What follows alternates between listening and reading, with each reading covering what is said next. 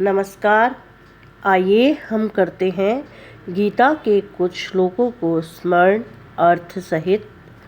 हमारा पहला श्लोक है, वांसासी जीर्णानि यथा विहाय नवानि गृह्णाति नरो अपराणि यथा शरीराणि विहाय जीर्णानि अन्यानि संयाति नवानि देहि।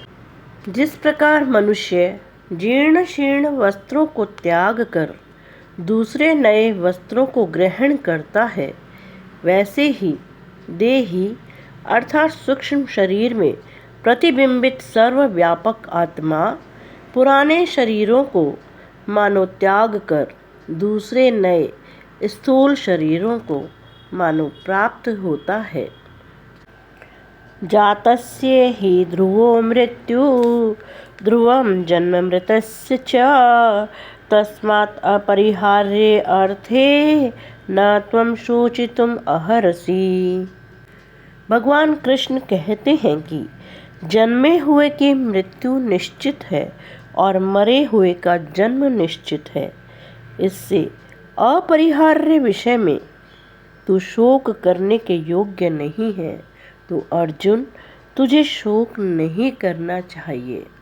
हमारा अगला श्लोक है, स्वधर्मम अपि च आवेक्ष्य न विकम्पितुम् अर्हसि धर्माद्वियुद्धाश्च श्रेयो अन्यत् क्षत्रियस्य न विद्यते।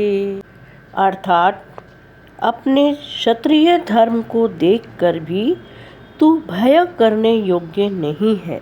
अर्थात तुझे भय नहीं करना चाहिए, क्योंकि क्षत्रिय के लिए धर्मयुक्त युद्ध से बढ़कर दूसरा कुछ भी कल्याणकारी नहीं होता है।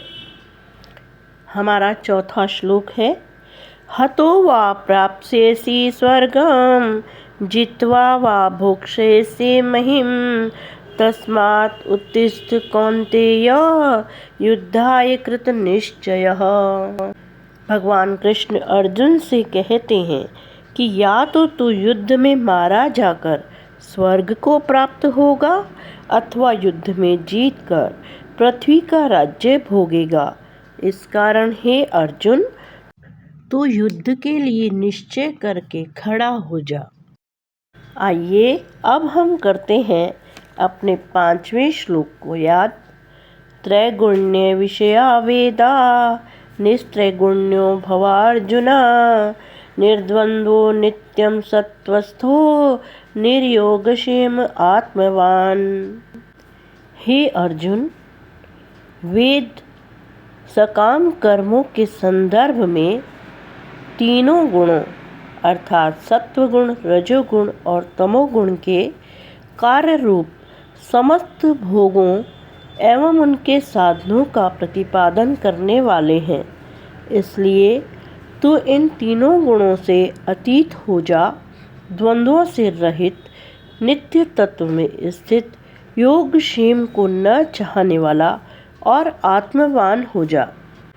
कर्मण्येव अधिकारस्ते मा फलेषु कदाचन मा कर्मफल हेतुर्भूः मा ते संगोत्स्व कर्मणि।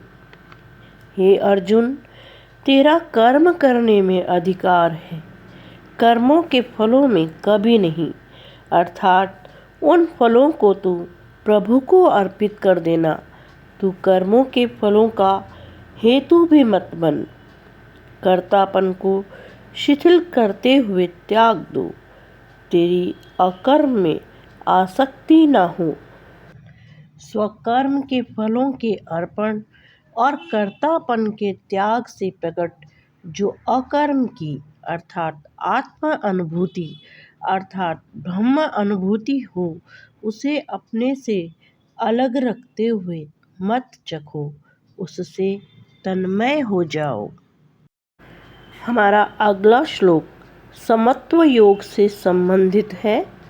योगस्थः कुरु कर्माणि संगं त्यक्त्वा धनंजय सिद्धय असिद्धयो समो भूत्वा समत्वं योग उच्यते।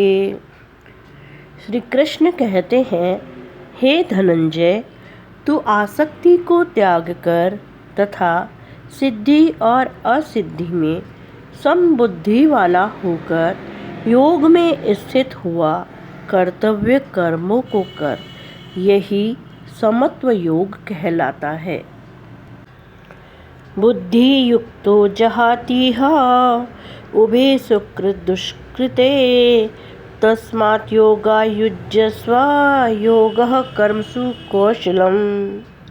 समबुद्धि युक्त साधक पुण्य और पाप दोनों को इस लोक में ही त्याग देता है।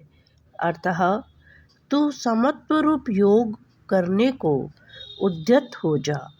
यह समत्व रूप योग ही कर्मों में कुशलता है, अर्थात कर्मों के बंधन को शिथिल करता हुआ अकर्म, नित्य, सर्वव्यापक, अचल, सनातन, अखंडानंद स्वरूप आत्मा की ओर ले जाता है।